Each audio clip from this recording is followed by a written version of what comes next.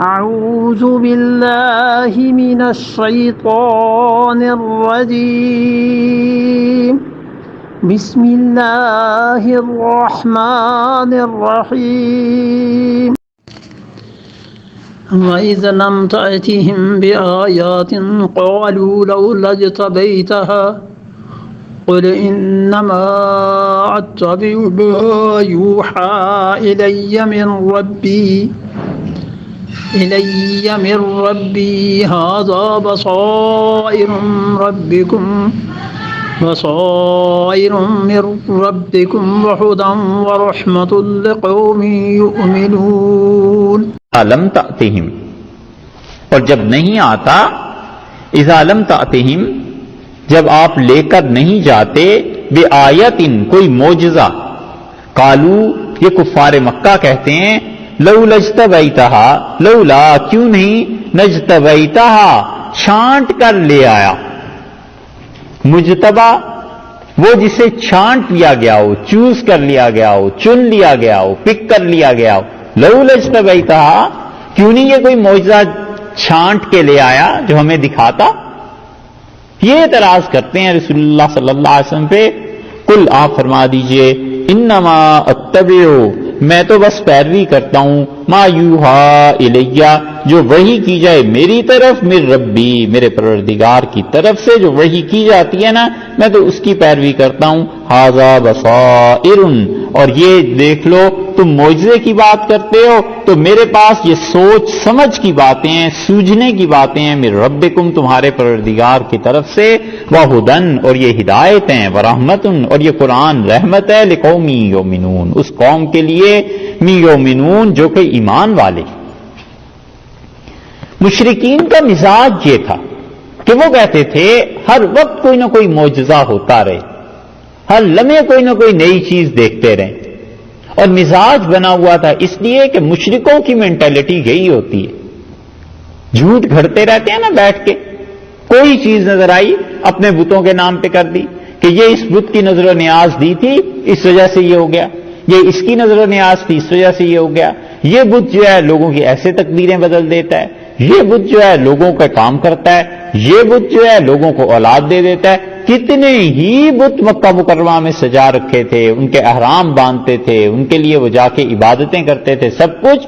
وہ کہتے تھے کوئی نہ کوئی چیز ایسی ہوتی رہے، کوئی خواب آتے رہیں، کوئی دکھائی دیتا رہے، کوئی جنات آ جائیں، کوئی پیغام دے دیں، لے لیں.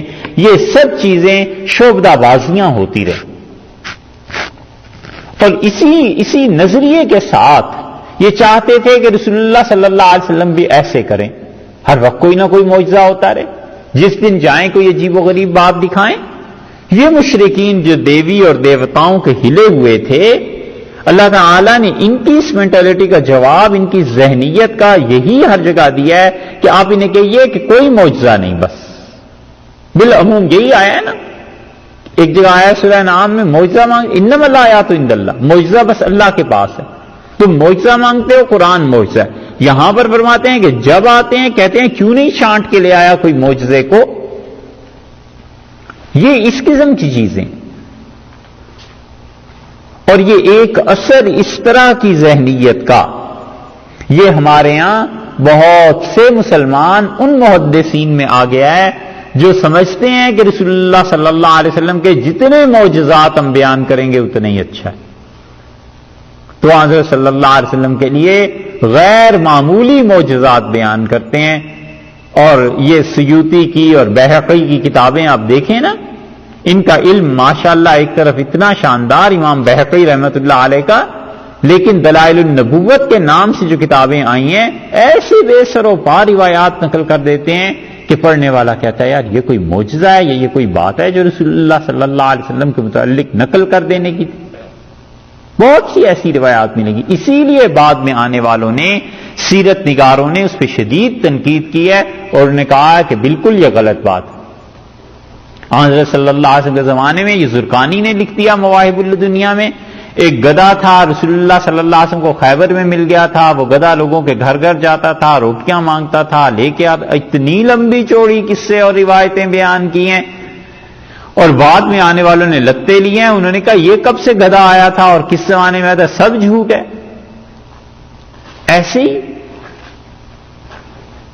اور ان کی یہ جو چیزیں ہیں ان سے بھرپور فائدہ اٹھایا ہے انہوں نے جو فقہ جعفریہ کے قائل ہیں کہ وہ اپنے ائمہ کے متعلق بھی ایسی روایات بیان کریں گے، سیدنا علی رضی اللہ عنہ کے متعلق بھی ایسی روایات، حضرت فاطمہ رضی اللہ عنہا، اور فلاں اور قصے، یہ سب ایک ہی طرح کی مینٹلٹی، ان سب کی ذہنیت ہے کہ جتنی عجیب و غریب روایتیں بیان کرو گے اتنے ہی زیادہ لوگ تمہارے معتقد ہوں گے۔ معارج النبوہ یہ پھر لکھ دی ملا معین کاشفی نے، ملا معین کی معارج النبوہ، اس کے بہت حوالے لوگ دیتے ہیں، شیعہ تھا یہ آدمی۔ معارج النبوہ غالباً 1300-1400 صفحے کی تو ہوگی، اب تو پڑھے ہوئے مدت زمانہ ہو گیا، کتنے سال ہو گئے ہوں گے، شاید 20 سال ہو گئے ہوں گے۔ معارج النبوہ کو پڑھا تھا مگر جھک ماری پڑھ کے، ایسی واہی تباہی واہیات چیزیں، اور رسول اللہ صلی اللہ علیہ وسلم کے متعلق کہ علیہ باللہ ان کا ترجمہ کرتے ہوئے بھی شرم آتی ہے کہ یہ باتیں کوئی لکھنے کی تھی۔ ان کے زمانے میں ایسے ہی ہوتا تھا، وقت محدود ہوتا تھا، ٹریولنگ ہوتی بھی نہیں تھی، پڑھے لکھے لوگ اتنے زیادہ یا کم، بس کسی بستی میں ہوا، بیٹھ کے مسجد میں اپنے گاؤں والوں کو بٹھا لیا، کہانیاں سناتے رہے، گاؤں والے بھی خوش ہوتے رہے، بس یہی چیزیں تھی، اور کدھر جانا۔ تو بہت بعد میں کتابیں چھپنا شروع ہوئیں، آنا شروع ہوئیں، روایات کی تنقیح ہوئی، یہ چیزیں ہوئیں، بڑا فرق پڑ گیا اس سے۔ لیکن مصیبت یہ ہو گئی کہ لوگ ملحد ہو گئے، بجائے اس کے کہ کتابیں چھپیں، علم کا دور آیا، یہ چیزیں آئیں، لوگوں میں ایمان اور ہوتا، لوگوں نے اسلام کو ہی چھوڑنا شروع کر دیا۔ علیہ باللہ انہوں نے اسلام کو حقیقتاً پڑھا ہی نہیں، بس دنیا کی زندگی پہ مر مٹے، جو بھی علوم جو بھی چیزیں تھیں بس اسی میں کھو گئے۔ تو یہ سب ایک طرح کی چیزیں ہیں کہ معجزات عجیب و غریب بیان کرو۔ سیدنا علی رضی اللہ عنہ، وہ ایک دن کی عصر کی نماز رہ گئی تھی، سورج رک گیا اپنی جگہ پہ، اور سیدنا علی رضی اللہ عنہ نماز پڑھی۔ اب اس روایت کو بہت بڑے بڑے لوگوں نے لکھا ہے، کیا کہیں، مگر سند اور صحیح سند سے کہاں یہ چیزیں ثابت ہوتی ہیں؟ بہت سی چیزیں ایسی، تو لوگوں کی ایک ذہنیت ہو جاتی کہ عجیب و غریب قصے جتنے بیان کرو اتنے ہی زیادہ لوگ ہماری طرف کھینچیں گے۔ حالانکہ نقصان اس کا یہ ہوتا ہے کہ آئندہ آنے والی نسلیں عذاب میں پڑ جاتی ہیں، وہ کہتی ہیں اس چیز کو اب ثابت کہاں سے کریں۔ نتیجہ یہ کہ آدمی صاف کہتا ہے کہ بھائی یہ اسلام کی تعلیم نہیں ہے، یہ لوگوں کے اپنے رجحانات ہیں، ایسے ایسے جھوٹ گھڑ لیے گئے ہیں، بس، اور اس کے علاوہ کچھ نہیں۔ پورا رسالہ لکھا ہے سیوطی نے کہ نبی کریم صلی اللہ علیہ وسلم نے اپنے والدین کو زندہ کیا، پورا رسالہ، اور اتنی روایات اس میں لائے ہیں۔ کئی ایک سے ہم نے عرض کیا اس حادثہ سے کہ اگر رسول اللہ صلی اللہ علیہ وسلم کی زندگی میں اتنا بڑا واقعہ ہوا ہوتا، اتنی بڑی بات ہو گئی ہوتی، یہ باقی سارے محدثین کوئی بھی ذکر نہیں کرتا۔ سیوطی رحمت اللہ علیہ امام ہے، بادشاہ ہے، بس ایسی روایات نقل کرنے۔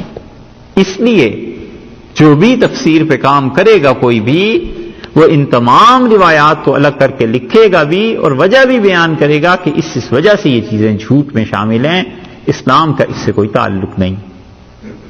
یہ جنگل جو صاف کرے گا اور کاٹے گا، اسے پتا چلے گا کہ کتنی محنت ہوتی ہے، کیونکہ اب دور ایسا ہے کہ لوگ ان روایات سے عقیدہ ثابت کرنا شروع کر دیتے ہیں۔ اب وہ وقت چلے گئے جب لوگ کہتے تھے چلو جی بس ٹھیک ہے، آ گیا، ہم نے سن لیا، بس ٹھیک ہے۔ اب لوگ اس پہ آگے سے ریزننگ ہوتی ہے، باقاعدہ بحث ہوتی ہے، تو کچی بات آدمی کرے کیوں؟ یہاں پر قرآن نے یہاں بھی اور ہر جگہ تقریباً قرآن کا یہی اصول ہے، وہ کہتا ہے کہ تم وحی کو دیکھو، قرآن کو دیکھو، چھوڑو ان معجزات کی باتوں کو۔ نبی کریم صلی اللہ علیہ وسلم کے معجزات بالکل برحق اہل سنت والجماعت کا عقیدہ ہے۔ حضرت صلی اللہ علیہ وسلم کے تھوڑے معجزات تھے، اور دوسری طرف وہ گروہ بھی قابل مذمت ہے جو ہر معجزے کا انکار کر دیتے ہیں۔ ولیم میور نے لکھی تھی کتاب رسول اللہ صلی اللہ علیہ وسلم کی سیرت پہ، اس سے کچھ الزامات لگائے، سر سید مرحوم وہاں سے آئے، ہندوستان سے انگلینڈ پہنچے، ان کے خطوط پڑھیے اپنے بیٹے محمود کے نام جو انہوں نے لکھے ہیں، وہ کہتے ہیں بیچ تو میرے گھر کو اور سب چیزوں کو اور پیسے بھجواؤ، یہاں پہ کتابیں خریدنی ہیں اور میں رسول اللہ صلی اللہ علیہ وسلم کی سیرت لکھوں گا، اس کو جواب دینا ضروری ہے۔ سر سید نے واقعی وہ کام بڑا اچھا کیا، خطبات احمدیہ کے نام سے کتاب لکھی۔ اب اس خطبات احمدیہ کو دیکھو تو وہ سارے معجزات کا انکار کر گئے، وہ بھی ایک ایکسٹریم پہ چلے گئے۔ انہوں نے کہا معراج تو ہوئی نہیں تھی، بس ایک خواب تھا، رسول اللہ صلی اللہ علیہ وسلم نے دیکھا۔ تو اگر خواب ہی ہوتا تو کفار مکہ کو جھگڑنے کی کیا ضرورت تھی؟ اگر حضرت صلی اللہ علیہ وسلم کہتے آج رات میں نے خواب یہ دیکھا ہے تو پھر کافر کیوں جھگڑتے؟ ٹھیک ہے بھائی خواب آیا ہوگا۔ یہ چیزیں، یہ دونوں ہی ایکسٹریمز بڑی بری ہیں۔ اعتدال کے ساتھ اہل سنت کے مسلک پہ عمل کرے، چلتا رہے، جو چیزیں صحیح حدیث سے ثابت ہیں اس میں انکار کی ضرورت ہی کیا ہے، اور جو نہیں ثابت ہیں ان کا اثبات بھی نہ کرے۔ قرآن نے اسی لیے حوصلہ شکنی کی ہے اس ٹرینڈ کی کہ ہر وقت معجزے، ہر وقت معجزے، اور یہاں تک کہ کہتے ہیں لو لجتبیتھا، آپ چھانٹ کے کیوں نہیں لے آتے ہمارے لیے ایک معجزہ؟ قل انما اتبع ما یوحى الی، آپ ان سے کہیے کہ اللہ تعالی نے مجھ پر وحی نازل کی ہے، یہ ہے بس معجزہ۔ اللہ نے محفوظ رکھا رسول اللہ صلی اللہ علیہ وسلم کی سیرت کو۔ کمال کی بات ہے کہ کسی نبی کی سیرت محفوظ نہیں رہی، کسی نبی کی حدیث محفوظ نہیں رہی، صرف رسول اللہ صلی اللہ علیہ وسلم کی حدیث محفوظ رہی، حتیٰ کہ کسی نبی کی قبر تک محفوظ نہیں رہی، رسول اللہ صلی اللہ علیہ وسلم کی چیز محفوظ رہی، قبر مبارک، کیونکہ قیامت تک اب اسی دین نے چلنا ہے۔ تو اللہ نے فل لائٹ کی روشنی میں حضرت صلی اللہ علیہ وسلم کو بھیجا کہ یہ ہیں تمہارے نبی علیہ الصلوۃ والسلام، یہ ہیں رسول، قیامت تک چلنا ہے اس دین نے۔ اسی لیے حضرت صلی اللہ علیہ وسلم ایک ایک گوشہ ان کا زندگی کا، اندر کی گھر کے اندر زندگی، باہر کی زندگی، سب شامل ہے کہ حضرت صلی اللہ علیہ وسلم پہ کیا ہوا۔ اس لیے خاص طور پہ یہ سورہ انفال، توبہ اور آگے چل کے سورہ نور اور پھر سورہ احزاب اور حجرات اور یہ ساری صورتیں، ان میں ایک ایک آیت رسول اللہ صلی اللہ علیہ وسلم کی سیرت بتاتی ہے کہ کیا چیز۔ لکھنے والوں نے لکھا ہے اور بہت کچھ ماشاءاللہ لکھا ہے، اختلاف کا بھی حق ہے، بہت چیزیں سیرت کی اس میں مل جائیں گی۔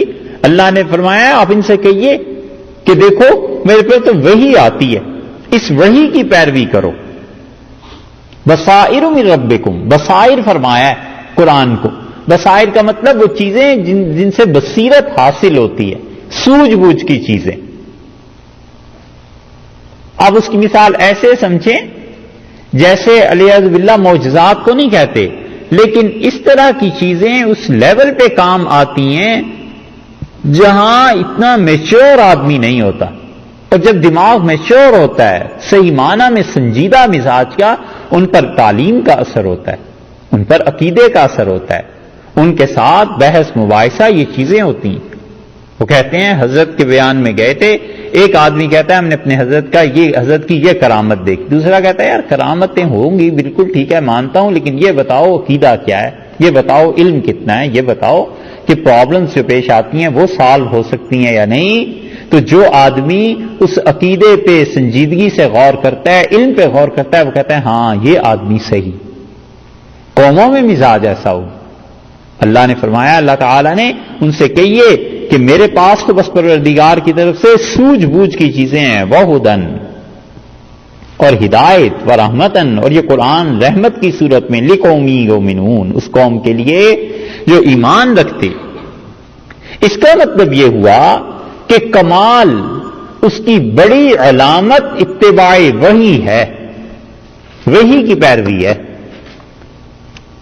وہ کام نہیں ہے جو اپنے اختیار میں نہ ہو، کیونکہ کرامت، معجزہ و نبی اور ولی کے کوئی اپنے اختیار میں تو ہوتا نہیں۔ جب نہیں ہوتا اپنے اختیار میں تو وہ تو کمال کی دلیل نہ ہوئی۔ کمال کی دلیل یہ بھی نہیں ہے کہ کوئی انسان اس سے بہت زیادہ کرامتیں دیکھے تو کمال پہ پہنچ جائے۔ کمال کی دلیل یہ ہے کہ وہ آدمی وحی کی کتنی پیروی کرتا ہے۔ اس لیے اللہ تعالیٰ نے فرمایا کہ آپ کہیے انما اتبع ما یوحى، میں وحی کی پیروی کرتا ہوں، تو یہ وحی کی پیروی کمال ہے۔ ایک آدمی سے ساری زندگی کوئی کرامت سرزد نہیں ہوتی، لیکن اس کی زندگی خدا کی کتاب اور سنت کے مطابق گزرتی ہے. سب سے بڑی کرامت یہ ہے کہ اس انسان نے سنت کی اتباع اختیار کی اور اس انسان کو احساس رہا کہ سنت کی اتباع کیا چیز ہے. یہ کمال کی چیز ہے جو اس آیت سے ثابت ہوتی ہے.